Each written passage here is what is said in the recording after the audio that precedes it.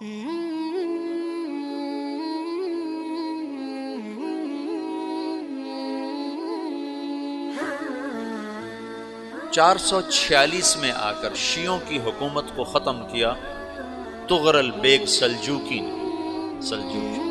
Seljuk مسلمان ہوئے تھے محمود غزنوی کے دور میں، سلجوک ان کے بڑے کا نام تھا۔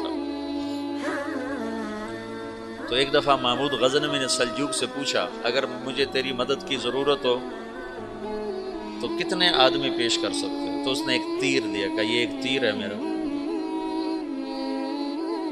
کسی کو یہ تیر بھیج کر میرے علاقے میں بھیج دو تو چند گھنٹوں میں 1,00,000 تلواریں تیرا پہرا دینے کے لیے تیار ہوں، میرے پاس اتنی طاقت ہے۔ تو یہ سلجوک کی نسل میں تھا تغرل بیگ۔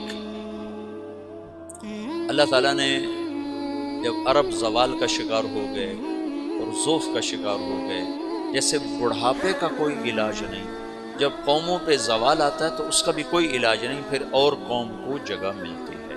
جیسے بڑھاپا ایک فرد پہ آتا ہے، ایسے بڑھاپا قوم پہ آتا ہے۔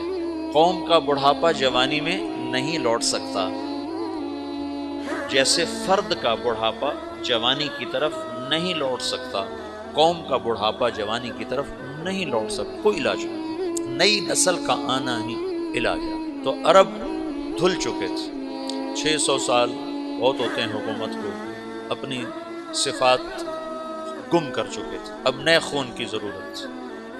تغرل بیگ پہلا شخص تھا جس نے آ کر اہل سنت والجماعت کو استحکام بخشا، شیعوں کی حکومت کو ختم کیا، بغداد سے، شام سے، ان سارے علاقوں سے۔ صلاح الدین ایوبی نے اسماعیلی شیعہ کی حکومت کو ختم کیا، مصر۔ العاضد ان کا آخری خلیفہ تھا۔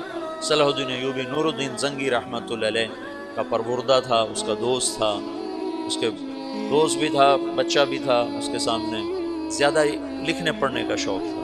پھر اللہ تعالیٰ نے اس سے کام لیا اور اس کو مصر کا گورنر بنا کے بھیجا، مصر کی مدد کے لیے بھیجا۔ تو وہاں اس نے صلاح الدین ایوبی نے وہاں ختم کیا، تغرل بیگ نے یہاں ختم کیا۔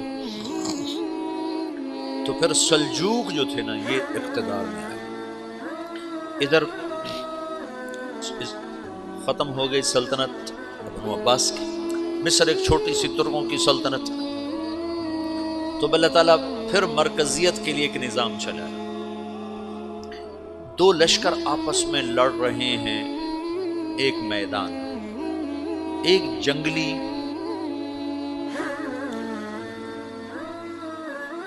بدوؤں کا قافلہ، جنگل کے لوگ اپنے قبیلے کو لے کر، ایک جنگلی قبیلہ اپنے سردار کے ساتھ نقل مکانی کر رہا ہے ایک جگہ سے دوسری جگہ۔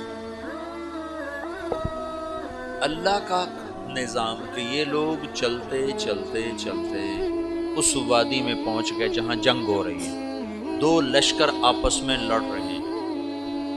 جب یہ وہاں پہنچتے ہیں تو ایک لشکر کے قدم اکھڑ رہے ہیں اور دوسرا غالب آ رہا ہے۔ ان کو نہیں پتا شکست کھانے والے کون ہیں اور فتح پانے والے کون، ان کو نہیں پتا۔ اس جنگلی قبیلے کے سردار کا نام بھی تغرل ہے، تغرل۔ تو یہ سردار کہتا ہے جو شکست کھا رہے ہیں ان کی مدد کرو، کچھ پتہ نہیں کون ہے، کہتا جو شکست کھا رہے ہیں ان کی مدد کرو۔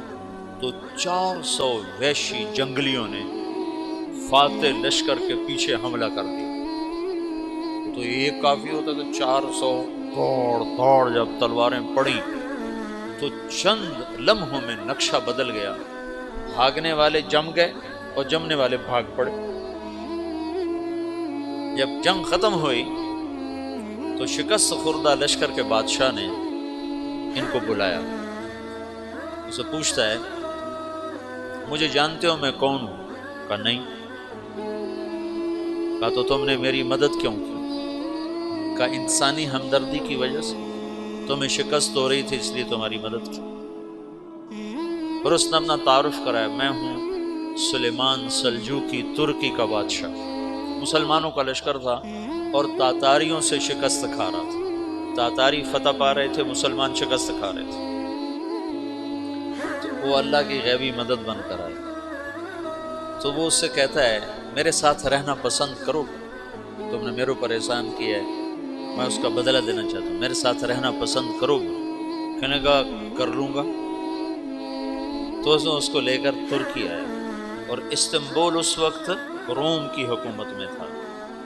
اسے فتح کیا اس تغرل کے آگے چوتھے پانچویں پڑپوتے محمد فاتح نے. تو یہ استنبول ہے، یہ ترکی ہے، بیچ میں ایک چھوٹا سمندر ہے، یہاں ایک جاگیر ہے. تو سلطان سلیمان کہتا ہے یہ جاگیر تجھے وقف ہے، ادھر سے رومی مجھے تنگ کرتے ہیں حملے کر کر کے، تو میرا دفاع کرتے رہنا، یہ جاگیر تیری. اس جاگیر پہ اس نے اپنے قافلے کو آباد کر دیا، اپنے قبیلے کو، اور ایک چھوٹی سی حکومت بنا لی جو ایک صوبہ سمجھو سلمان سلجوقی کا، وہ ایک چھوٹا سا صوبہ ہے. وہاں جب یہ رہ پڑا تو پھر یہ ایک شیخ کے بیت ہوتا ہے، وہاں شیخ طریقت ان کے یہ بیت ہونے جاتا ہے.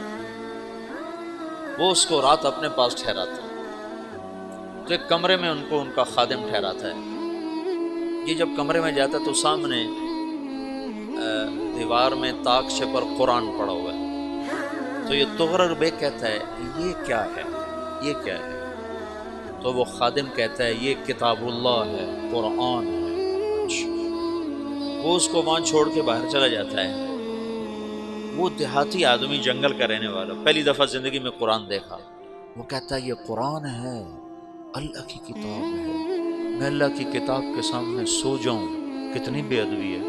تو اس نے ایسے قرآن اٹھایا اور سر پہ رکھ لیا اور کھڑا ہو. ساری رات قرآن سر پہ رکھ کے کھڑا رہا. رات کے پچھلے پہر اس کو خواب آیا، کھڑے کھڑے اس نے دیکھا کہ اس کی پشت سے ایک چاند نکلا اور شیخ کی بیٹی کے سینے میں جا کے اتر گیا.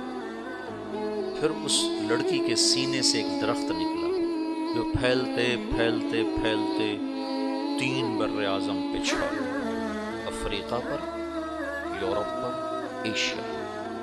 پھر اس کی آنکھ کھل گئی، وہ کھڑا ہوا ہے.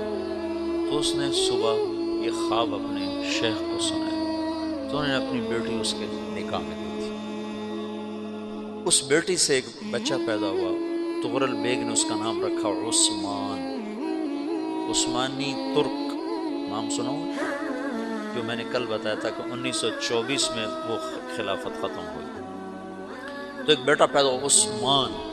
عثمان نے پھر ایک نئی اسلامی حکومت کی بنیاد رکھی جو 1924 تک چلتی رہی.